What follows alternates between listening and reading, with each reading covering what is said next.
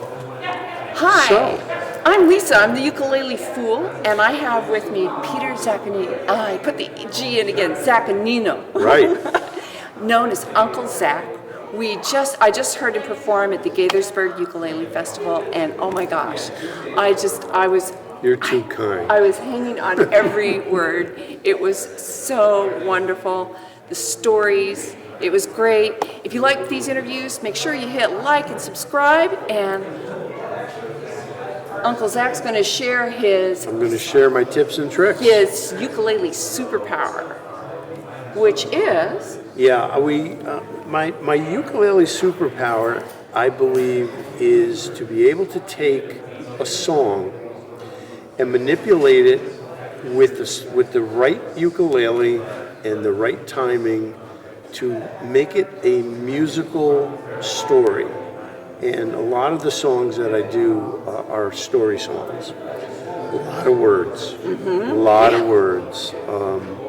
One of the things I pride myself in is being able to sing the whole Alice's Restaurant from beginning to end. So I started that very early. I started playing uke when I was 10.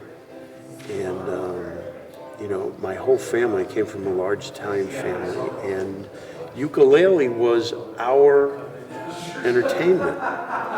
And it was a passion that was passed down from generation to generation. As a matter of fact, when the Stanford Museum and Nature Center had their salute to 100 years of ukulele, my family was the opening act.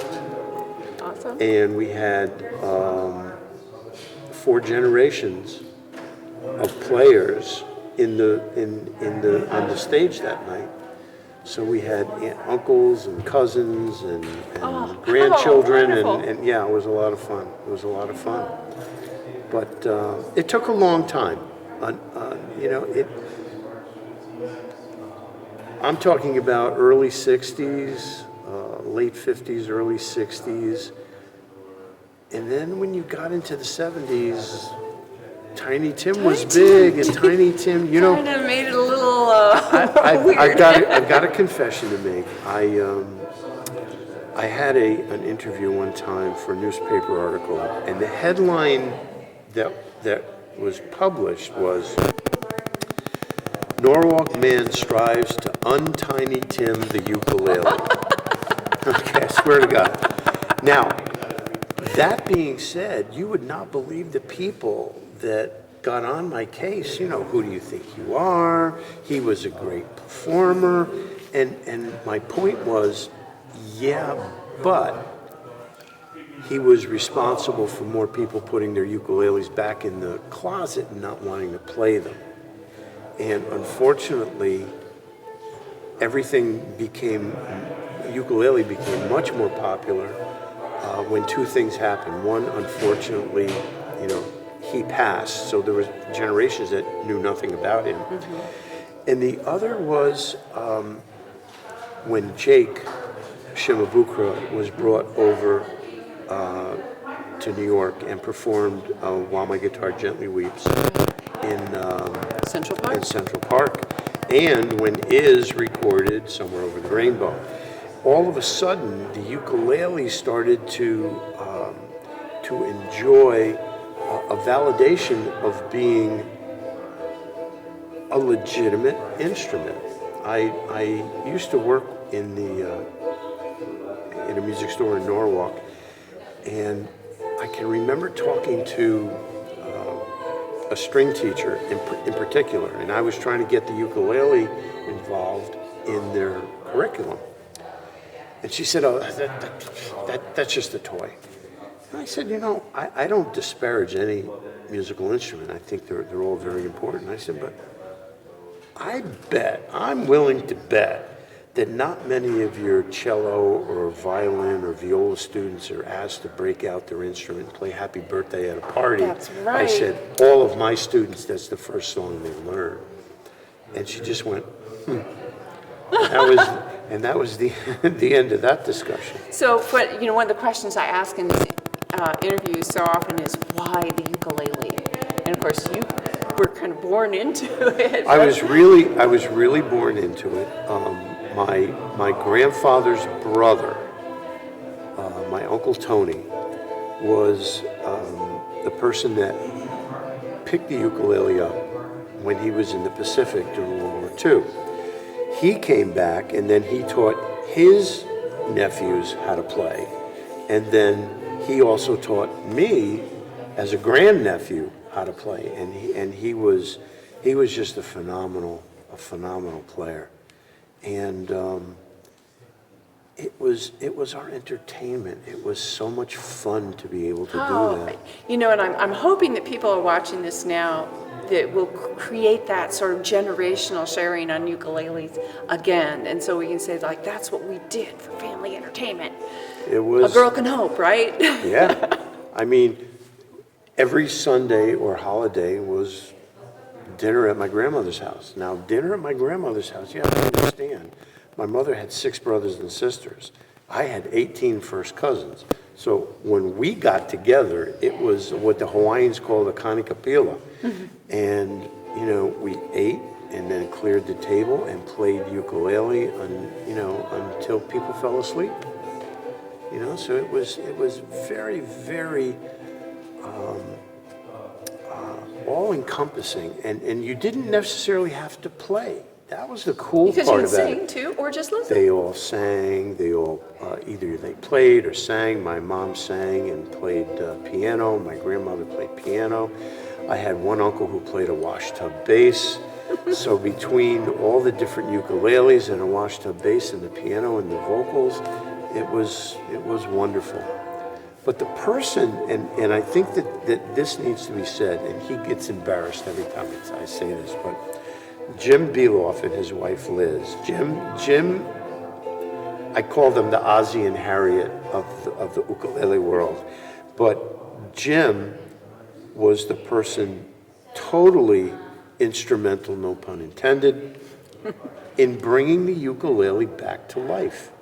He was a guitar player, worked for Billboard magazine. He was a writer and a composer and player. And he was out in California and he found an old Martin tenor ukulele at a flea market. Well, his company became known as Flea Market Music, and he stopped playing guitar. And what transpired was that because he had a hard time finding music, he started creating ukulele books and all different genre, from spiritual to 60s to Tin Pan Alley. The greatest one was one day George Harrison ended up at his front door. And it was like, hi, I understand you play ukulele too. And George actually wrote the dedication in one of Jim's books. But Jim really was the person that... We lost our lights. We need lights. Thank you. Thanks. It was because of Jim's passion for the instrument that it came back. And now we have, my God, there's ukulele meetups and clubs all over the world. It used to be maybe a West Coast show and an East Coast show. Now every month there's something going on. It's a revolution. It's a revolution, and it's something that is here to stay. It's not a fad. It's not a fad at all. So I hope we have generations. Okay, yeah, my time. For a minute I thought, oh no, that was the lights that went out, not my camera. Sorry. I can cut that out. And let's go back to Teaching. Teaching. Yes, teaching. You know, I have lots of absolute beginners or people that started with me as absolute beginners. What advice would you give to that absolute beginner? Well, when I was growing up, nothing was ever written down. I would sit on the other side with my uncle, and he would say, put your fingers here and play this. But today, it's a lot harder, simply because we're experiencing larger groups of people who want to learn. So I picked up a technique from a friend of mine where I use, and a lot of people are doing this now. It's not like I invented it, but it's a dot system where you identify the maybe 6 basic chord shapes with colored dots. Being a graphic designer, everything for me has got to be very visual. And I find it so much easier to be able to say, instead of saying to you, okay, now take your ring finger and put it on the first string on the 3rd fret, and then let go of that and take your index finger and put it on.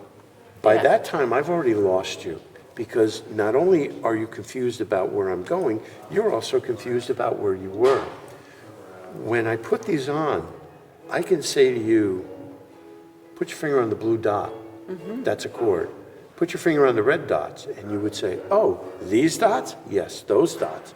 Oh, that's easy. And so do you do that with adults? I do it with everybody. Oh, cool. So I have taught people as young as 5, and I teach seniors as old as early 90s.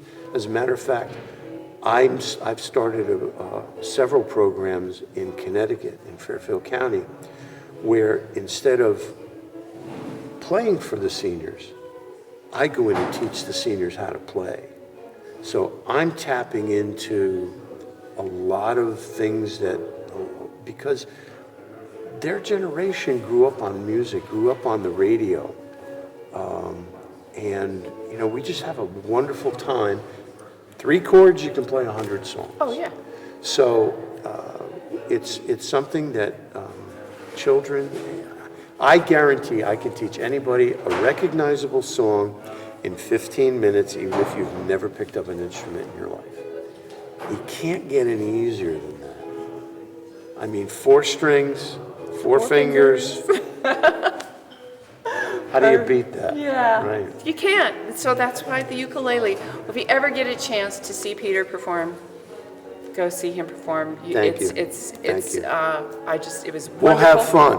Yeah, we'll have a lot of fun. And the other thing that you told me is, if you're playing ukulele and you're not having fun, you're not doing it right. You're not doing it right. You're really not doing it right. And the one thing that you need to remember as a beginner, very, very important, is that you will not find a group of people who are more forgiving, more tolerant, and want to help more to promote their instrument than ukulele players.